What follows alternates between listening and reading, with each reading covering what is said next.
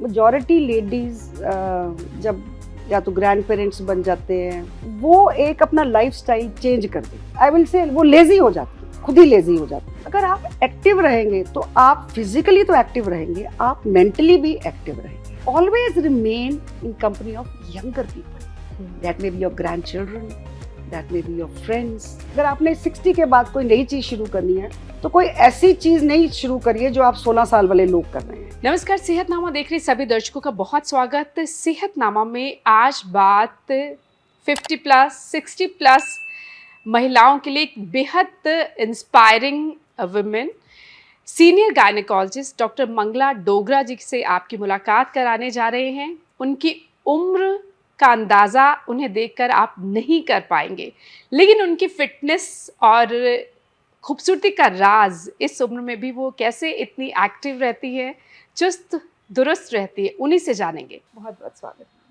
Thank you. So all of sudden ये हमारा topic change हुआ है, मुझे आपको देख के चेंज करना पड़ा कि वो महिलाएं जो शायद 40-50 के बाद ही एकदम से थकावट महसूस करना शुरू हो जाती हैं और सोचती एनर्जी नहीं है, अब हम एक्टिव नहीं हैं, हम बूढ़े हो रहे हैं।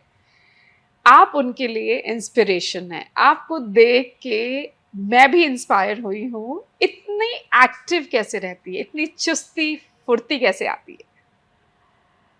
देखो, पहले तो मैं ये कहूँगी कि मेहर है उसकी कि कोई मेजर ऐसे हेल्थ इशू नहीं है। दूसरा, मुझे ये लगता है कि मेजॉरिटी लेडीज़ जब या तो ग्रैंड पेरेंट्स बन जाते हैं, वो एक अपना लाइफस्टाइल चेंज कर देती हैं। आई विल से वो लेजी हो जाती है, खुद ही लेजी हो जाती है।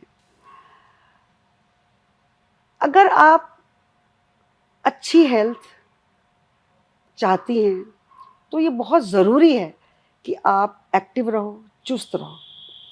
यस, मैं ये बात डेफिनेटली मानती हूँ कि जिसको मेडिकल इश्यूज़ हैं, नीज़ की प्रॉब्लम हो गई, हार्ट की प्रॉब्लम हो गई, सांस लेने में प्रॉब्लम हो गई, उनके लिए मुश्किल है उतना एक्टिव रहने का। बट फिर भी छोटी छोटी चीज़ें हैं जो आप घर में अपनी चीज़ों में बदलाव ला सकते हो, जिससे आप अपना हेल्थ को इम्प्रूव कर सकते हो। सिंपल बात है, आप जैसे टेलीविज़न देख रहे हो, आप उधर बैठ के ये कर सकते हो। अगर आप चल नहीं सकते, आपकी नीज़ की इशू है, ये एक्सरसाइज कर सकते हो, आप ये कर सकते हो, आप ऐसे एक्सरसाइज कर सकते हो। एक्टिव रहना बहुत ज़रूरी है। अगर आप एक्टिव रहेंगे तो आप फिजिकली तो एक्टिव रहेंगे, आप मेंटली भी एक्टिव रहेंगे।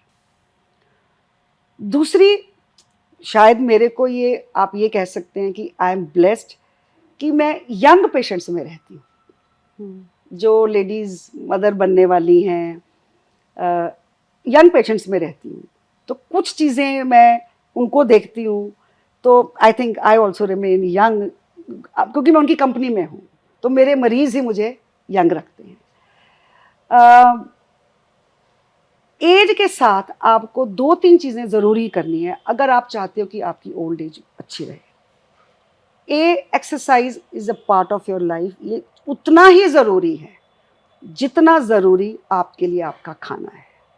कौन सी एक्सरसाइज और क्या कर सकते हैं, ये भी ज़रूर बताइए। आप सबसे बेस्ट होता है, देखो लोगों ने जिम ज्वाइन किए होते हैं, शायद मैं ओल्ड स्कूल हूँ, मैं इस उम्र में जिम वगैरह के लिए नहीं, मैं नहीं रिकमेंड करती। एक तो मैं कहती हूँ कि अगर आपने 60 के बाद कोई नई चीज़ शुरू करनी है तो कोई ऐसी चीज़ नहीं शुरू करिए जो आप 16 साल वाले लोग कर रहे हैं। आपकी उम्र में और उनकी उम्र में फ़र्क है। आप नई चीज़ को शुरू करें, स्लोली आप शुरू करिए। हमारे जो बुज़ुर्ग थे, जो हमारे पुश्ते थे, वो भी सैर करते थे, तो मैं अभी भी ये बात करती हूँ कि आप सैर ही करिए। आप अगर हफ्ते में 4 दिन भी 40 मिनट्स की सैर कर सकते हैं, it is very good for your bones, for your mental health, for your general wellbeing. आपका उससे आपका बीपी, शुगर सब उससे कंट्रोल में रहता है, आपके मसल्स चलते रहते हैं। क्योंकि शरीर के जो ये घुटने और बाजुएं हैं, कईयों को आपने देखा शोल्डर, फ्रोजन शोल्डर हो जाता है, ये ऐसे ऑर्गन्स हैं, ऐसे जॉइंट्स हैं जिनको अगर आप नहीं यूज़ करोगे उनमें जंग लग जाएगा। दरवाजे में तेल नहीं दोगे तो उसके कब्ज़ों में चूं चूं शुरू हो जाती है।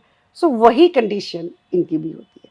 सो आप सैर करिए, फॉर सम रीज़न आप सैर नहीं कर सकते, आप बैठ के, सिटिंग कुर्सी पे बैठ के भी एक्सरसाइजेज होती हैं। आप पैरों को ऐसे करिए, आप लेग्स को ऐसे करिए, आप कुर्सी को पकड़ के आप एक्सरसाइज करिए। कुछ भी नहीं, आपको याद है जब हम स्कूल में थे हम पीटी करते थे, आप वो पीटी करिए, आपके ऊपर के मसल्स की इन्वॉल्वमेंट रहेगी। आप बैठ के ब्रीदिंग एक्सरसाइजेज करिए, क्योंकि विद एज आपके लंग्स कोलैप्स करने लग पड़ते हैं, क्योंकि जब हम ब्रीद करते हैं हमारी आधी हवा लंग के नीचे तक, निचले हिस्से तक जाती नहीं। तो जब आप प्राणायाम करते हैं आपके लंग्स खुले रहते हैं। अगर आपके लंग्स खुले रहेंगे तो आप स्वस्थ रहेंगे। अगर आप देखो कोविड में भी 90% लोगों को तो लंग्स की ही प्रॉब्लम थी ना, तो लंग्स में ही ऑक्सीजनेशन होनी है। सो ये जो ब्रीदिंग एक्सरसाइजेज हैं they are very good for at our age, not our age, हर एज के ऊपर। अपने परिवार में रहना है तो आप अपने 60+ वालों को अपने ग्रैंड चिल्ड्रन में ज़्यादा रहिए। रीज़न बीइंग वो एक तो वो आपसे प्यार मोहब्बत और सिंपैथी रखते हैं, जो कई बार आपके अपने बच्चे नहीं करते, क्योंकि they start taking you for granted कि मम्मी पापा हैं, करना है, आपका फ़र्ज़ है। लेकिन ग्रैंड चिल्ड्रन को लगता है दादी को क्यों बोल रहे हो ऐसे। प्लस जो ग्रैंड चिल्ड्रन है वो नई चीज़ें लेके आते हैं। आप उनके साथ बैठिए, उसको बोलो मुझे कंप्यूटर सिखा, मुझे व्हाट्सएप सिखा, मुझे मैसेजिंग करने नहीं आती, छोटी छोटी बातें। अगर वो कोई सीरियल देखते हैं, आप भी वही सीरियल देख लें। मैं क्रिकेट की फ़ैन नहीं थी, पर अगर मेरा ग्रैंड चाइल्ड क्रिकेट का फ़ैन है तो मैं उसके साथ टाइम स्पेंड करना चाहती हूँ, तो मैं क्रिकेट देखना शुरू कर दूँगी। When you are with a younger company, mentally you are younger, right? So always remain in company of younger people. That may be your grandchildren, that may be your friends, their friends, and also take care of your health. बहुत ज़रूरी है। आप अपनी fitness के लिए क्या करती हैं? देखो, एक तो विद एज ना आपको थोड़ी सी खुराक कम करनी होती है। आफ्टर 50-55 से नो टू शुगर। आप मीठा कम कर दो। बहुत लोग ये कहते हैं डॉक्टर साहब मेरे को कौन सी कोई शुगर है, मैं क्यों अपना मीठा बंद करूँ। मैं ये कहती हूँ कि आपने जो शुगर खानी है फलों से लो, नेचुरल सोर्सेस से लो। आप खजूर ले लो, आप किशमिश ले लो, आप आम खाओ, सारे फ्रूट्स खाओ अगर आपको शुगर नहीं है। Why do you have to add extra चम्मच ऑफ चीनी, है ना। हाँ, आपको शुगर नहीं है, मिठाई खाओ, थोड़ा लिमिट कर दो। जो हम पहले प्लेट भर भर के खाते थे, विद एज आपको अपना खाना कम करना है, रोटियां कम करनी है, चीनी कम करनी है और घी मक्खन मलाई कम करनी है। हर मील के बाद 20 मिनट सैर। ब्रेकफास्ट खाओ, 20 मिनट सैर करो, लंच खाओ, 20 मिनट सैर करो, डिनर खाओ, 20 मिनट सैर करो। खासकर उन लोगों के लिए जो बाहर नहीं जा सकते, अगर वो 20-20 मिनट उस टाइम पे ही सैर कर लें, उससे भी उनके ऑर्गन्स, जॉइंट्स ज़्यादा अच्छे चलने लग पड़ेंगे। जितनी जो मैं, अगर आपका सवाल था कि मैं क्या करती हूँ, मैं 1-1.5 घंटा रोज सैर करती हूँ। सैर करती हैं आप सिर्फ, और उसके साथ एक्सरसाइज भी, लाइट नहीं, एक्सरसाइज या कुछ? नहीं, सिर्फ सैर? सिर्फ अगर आप सिर्फ सैर भी करते हैं तो भी इनफ है, हाँ, और enough अगर है। एक्सरसाइज भी कर ले तो और वॉक बढ़िया। With little dietary changes with age. क्यों? जब हम छोटे थे हम हर टाइम खाते रहते थे, हमें भूख भी ज़्यादा लगती थी। क्यों? हम साइकिलिंग भी करते थे, हम खो खो भी खेलते थे, हम पिट्ठू भी खेलते थे, बिल्कुल। हम सारी गेम्स में पार्टिसिपेट करते थे और घर के सारे काम भी करते थे। विद एज आपकी खुराक तो वहीं रहेगी, लेकिन आपने काम कम कर दिए। तो इम्पॉर्टेंट हेल्थ टिप यही है कि आपको विद एज अपनी थोड़ी थोड़ी खुराक भी कम करनी है। 68 साल की उम्र में आपकी इस ग्लोइंग स्किन का, चमकती दमकती स्किन का राज भी बताइए। एक तो मैं कह सकती हूँ जेनेटिक है, शायद मैं हिमाचली हूँ इस करके है, बट एक मेरा अपना आप कह सकते हो देसी टोटका है, जो which I have followed for about 15-20 years. और मैं अपनी सारी फ्रेंड्स को भी बना के भी भेज देती हूँ।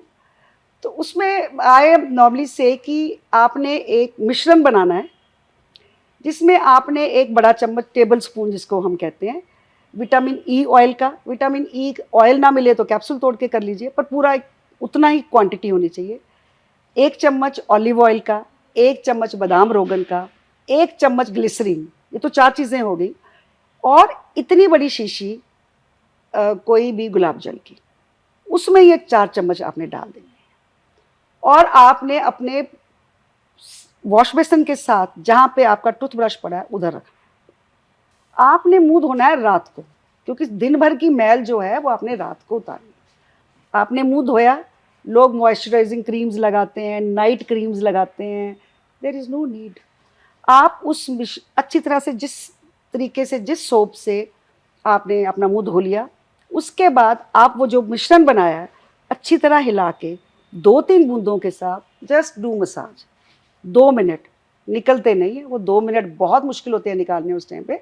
तो जैसे मैं हूँ, मैं अपना ओम भूर्भुवः स्वः का 2-3 बार कर लेती हूँ और वो करती रहती हूँ। उसके बाद आपने सुबह उठ के मुंह धोना है ठंडे पानी से, लेकिन आपने साबुन नहीं लगाना।